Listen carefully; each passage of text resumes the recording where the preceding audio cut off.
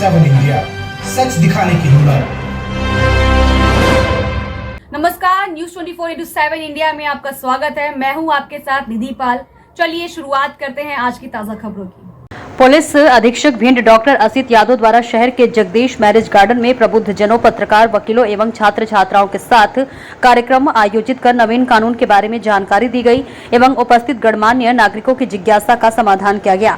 सोमवार को पुलिस मुख्यालय भोपाल के निर्देशों के पालन में भिंड जिले के समस्त थाना स्तर पर 1 जुलाई से लागू होने वाले कानूनों की विस्तृत जानकारी के लिए क्षेत्र के गणमान्य नागरिकों, पत्रकार एवं प्रबुद्ध जनों के साथ कार्यक्रम का आयोजन किया गया।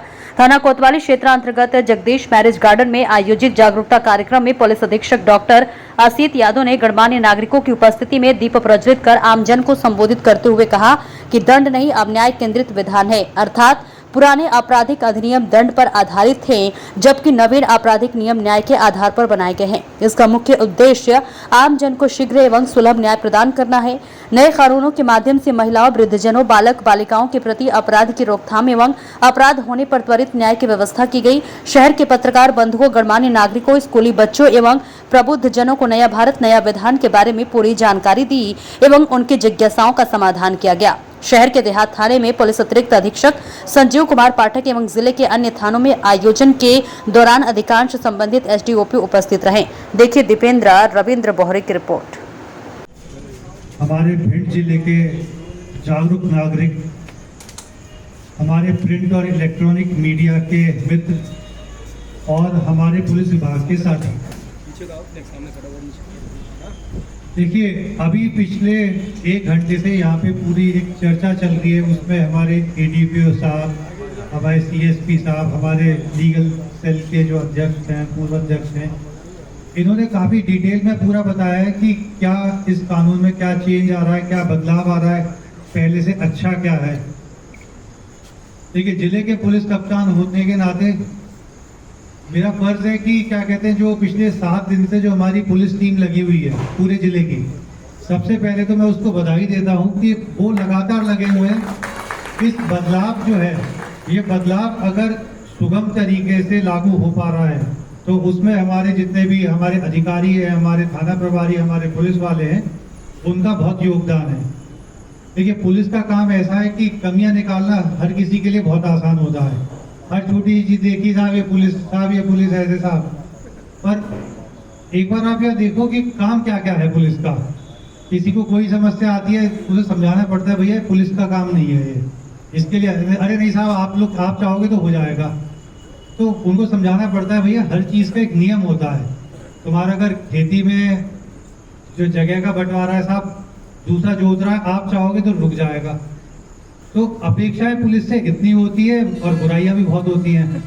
तो सबसे पहले तो इसलिए मैंने कहा कि जो हमारा पुलिस विभाग है उसके लिए आप तालियों से उनका स्वागत करिए, हमारे अधीनस्थ कर्मचारियों का। देखिए जो नए कानून आए हैं, ये जो हमारा संविधान है, देश का संविधान, उसकी जो मूल भावना है उसमें उसको ध्यान में रखते हुए इसको लागू किया गया है। 3 चीजें इसमें सबसे महत्वपूर्ण है और आप इसका सारांश भी वही है: न्याय, समानता और निष्पक्षता। इन 3 चीज को आप मान के चलिए कि ये पूरे जो बदलाव हुए, जैसे भी चल रहा है ना कि क्यों बदलाव की जरूरत पड़ी, तो ये जो 3 मूल भावनाएं हमारे संविधान की है, उसके हिसाब से हमारी जो ये नए कानून के जो प्रावधान है इसमें बदलाव आए। अब आज से 5-6 साल पहले भी एक पुलिस के लिए बड़ा एक चैलेंजिंग टास्क था। मेरे ख्याल से सभी पुलिस वालों को पता होगा, एक बार सीसीटीएनएस लागू हुआ था, उस समय थे तुम प्रवीण, मैं आपको उस समय की स्थिति बताया था। जब सीसीटीएनएस लागू हुआ था तो एसपीओ के पास लाइन लग गई थी, लाइन जाने की, कि साहब हम थाने नहीं रह पाएंगे, हमें लाइन कर दो। कुछ लोग अपना वॉलंटरी रिटायरमेंट देने को तैयार हो गए थे कि साहब हम नौकरी नहीं कर पाएंगे। क्यों?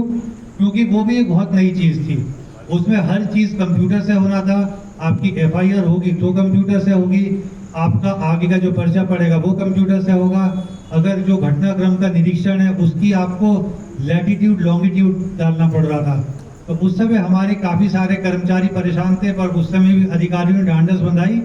और आज मैं आपको बता देता हूँ, मेरे ख्याल से यहाँ पे लोगों को नहीं पता होगा कि CCTS के इम्प्लीमेंटेशन में मध्य प्रदेश देश में सबसे अव्वल है। हम लोग पहले ही मान के चल लेते हैं कि जो मध्य प्रदेश है थोड़ा सा ऐसा है, थोड़ा कम है, पर मैं आपको बता देता हूँ कि जो CCTNS जो टेक्नोलॉजी के हिसाब से मैं कहता हूँ सबसे चैलेंजिंग टास्क था। जो हमारे नए नियम आ रहे हैं इनका इम्प्लीमेंटेशन तो मुझे लगता है कि उससे 1/3 कठिन ही होगा। कठिन ज़्यादा पुलिस के लिए क्यों होगा? क्योंकि पुलिस को तो पुलिस की एक गलती जो आज की होगी वो अगले 6 महीने तक हमें दुख देगी। चाहे जो यहाँ पे वकील साहब लोग हैं, ADPO साहब लोग हैं या मजिस्ट्रेट साहब लोग हैं, उनको तो कम से कम कोई भी अपराध आज पंजीबद्ध करेंगे तो 15 दिन 1 महीना उनके पास समय है उस चीज को समझने का। हमारे पुलिस के अधिकारी कर्मचारियों के पास आज जो रात 12 बजे थी उसके बाद से गलती का कोई स्कोप का समय नहीं है। और इसके बाद भी मैं आपसे बोलूंगा जी, चाहे यहाँ के हों चाहे हमारे जिले के कहीं भी हो, आपसे गलती होगी, मैं आपका अधिकारी हूँ और आपको बचाना मेरा कर्तव्य है। तो कोई भी चीज़ आपसे अगर अनजाने में कोई गलती हो गई, त्रुटि हो गई, होगी, हम मान के चल रहे होगी तो होगी, उसके लिए हम हैं, जो जिम्मेदारी आएगी हम लेंगे अपने लिए। मेरे ख्याल से जितने भी लोग हमारे यहाँ पे पुलिस विभाग के सब जानते हैं, जब मेरा एक शब्द में न्याय जरूर बोलता था। मैंने कहा न्याय क्या हुआ? मतलब एक चीज है कि किसी भी चीज को लेकर न्याय शब्द बहुत ज्यादा, और मुझे खुशी है इसमें न्याय आया। जब मैं शुरू में इस जिले में आया तो 2-3 घटनाएं आपको बताऊंगा जो न्याय से संबंधित है। एक लड़के की टोल पे पिटाई हुई, 4-5 लोगों ने पिटाई करी। पिटाई हुई तो सबसे पहले तो थोड़ा सा कुछ परिस्थिति ऐसी थी कि FIR अगले दिन हुई। पिटा हुआ था, उसकी चोट भी थी, तो हमने पूछा भाई क्यों? कहने लगे सर थोड़ा सा कुछ दिक्कत थी। ठीक है FIR करो। 1-2 दिन बाद फोन आता है कि साहब वो दूसरे पक्ष से भी FIR कर लो। तो जवाब मैं आपको बताऊंगा, आपको सुन के हंसी आएगी और मेरे ख्याल से ये मेरा कहना उन सभी लोगों के लिए जो इस तरह की साहब समझौता हो जाएगा। गलत समझ रहे हो इसका? एक तो एक आदमी पिट जाए उसके ऊपर से FIR कर दो, समझौता हो जाएगा। तो इस प्रकार के 2-3 आई। उसके बाद जब मेरे जवाब उन लोगों ने सुने तो फिर उसके बाद से मेरे पास तो अभी तक ऐसा कुछ चीज़ आई नहीं।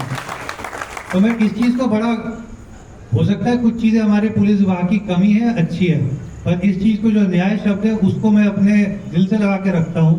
मैं पहले ही बोलता हूँ कि हम रहे ना रहे, पर यहाँ पे हमसे कोई गलत कायमी तो नहीं करा सकता हमारे संज्ञान में। अब वो हो जाए कि हमारे नीचे पे किसी को पता ना हो, लैक ऑफ नॉलेज की वजह से हो जाए, पर अभी ऐसा नहीं है कि क्या कहते हैं कि साहब समझौता हो जाएगा तो एक क्रॉस FIR आप कर दो। तो ये तो एक चीज है बिल्कुल। दूसरी चीज इसमें मैं ये बताऊंगा आपको कि थोड़ा सा जो थाना प्रभारी हमारे या जो विवेचक है, ठीक है, इसकी सफलता हम तब मानेंगे जो हमारे थाने का 61 साल 8 महीने वाला कर्मचारी है वो भी किताब लेके बैठे। इसका मेरे ख्याल से आप मतलब समझ गए होंगे कि 4 महीने रिटायरमेंट के बच रहे हैं, तो इसका मतलब ये नहीं कि साहब अब तो हम काम नहीं करेंगे। सरकार ने 60 से 62 आपको मौका दिया, तो आप आखिरी समय तक अपनी मेहनत करिए, कोशिश करिए कि कोई भी गलती नहीं हो। कल